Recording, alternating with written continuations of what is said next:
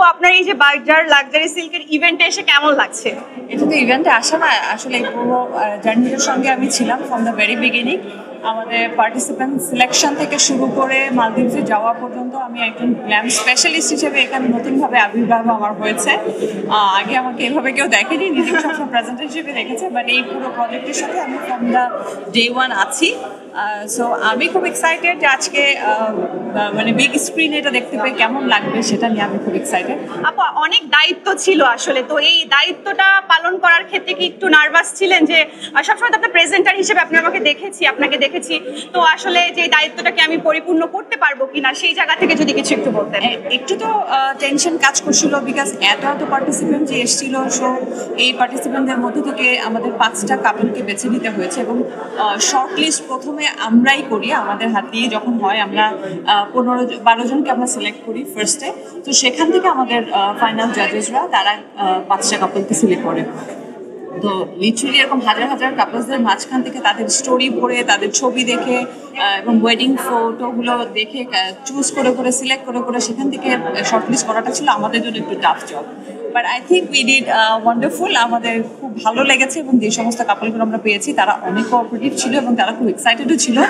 অনেক গল্প আছে এর মধ্যে, হয়তো স্ক্রিনে দেখা যাবে সেটা। আচ্ছা আপু, আপনি বললেন যে হাজার হাজার কাপল আসলে রেজিস্ট্রেশন করেছে, সেক্ষেত্রে 5 জনকে চুজ করার স্পেসিফিক কোনো কারণ ছিল কিনা? অফকোর্স কারণ ছিল, কারণ আমরা চেয়েছিলাম যে যারা এখানে আসবে তাদের এই যে তারা আমি কি বলবো মেমোরি ক্রিয়েট করা, সেই ওয়েডিং মেমোরি ক্রিয়েট করার জন্য তাদের একটা স্টোরি থাকতে হবে। প্রত্যেকেরই ওয়েডিংয়ের কিছু না কিছু গল্প থাকে। সো আমাদের ওই ছবিগুলো এক ধরনের ছিল। অসাধারণের ছোঁয়া পেলে সাধারণে কি ফিরে যাওয়া যায়? বার্জার লাক্সারি সিল্ক, গ্ল্যামারাস দেয়াল এমনটাই যেন নিজেকেই ছাড়িয়ে যায়। তাদের প্রোফাইল আমরা দেখেছি এবং ফাইনালি আমরা যেটা দেখেছি তাদের স্টোরিগুলো কতটা ইন্টারেস্টিং ছিল এবং সেই স্টোরিগুলোর মধ্যে থেকে আমরা সিলেক্ট করেছি যে কাকে নেওয়া যায়। আপু এই আসলে ইভেন্টের সাথে যুক্ত হওয়াতে আসলে নিজের কাছে কেমন ফিল হচ্ছে? ডেফিনেটলি অনেক ভালো লেগেছে, বিকজ অনেকদিন পরে আমি স্ক্রিনে আছি, মাঝখানে প্রায় 4-5 বছর কোনো ধরনের কোনো কাজ করিনি। So I am little bit excited যে দেখা যাক কি হয়, সবাই কেমন রেসপন্স। আচ্ছা আপনার ফেভারিট থিম আসলে কোনটা ছিল এবং কেন ছিল? আসলে সবগুলো অনেক ইন্টারেস্টিং ছিল, সবাই একজন এক ধরনের ইমোশন থেকে আসলে এই থিমগুলোকে চুজ করেছিল।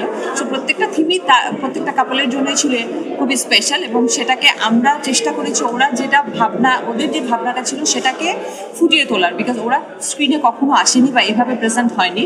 সো আমাদের যে গুরুর দায়িত্বটা ছিল যে তাদেরকে স্ক্রিনে সেভাবে প্রেজেন্ট করতে পারাটা, সেইটা আমরা মনে হয় সাকসেসফুলি করতে পেরেছি। তারা যেটা চেয়েছিল সেই জিনিসটাকে আমরা ফুটিয়ে তুলতে পেরেছি। আচ্ছা এখানে অনেক গল্প ছিল, ভালোবাসা ছিল, আবেগ ছিল, আপনার কাছে কি মনে হয় দর্শক আসলে এখানে ইমোশনালি কতটুকু কানেক্টেড হতে পারবে?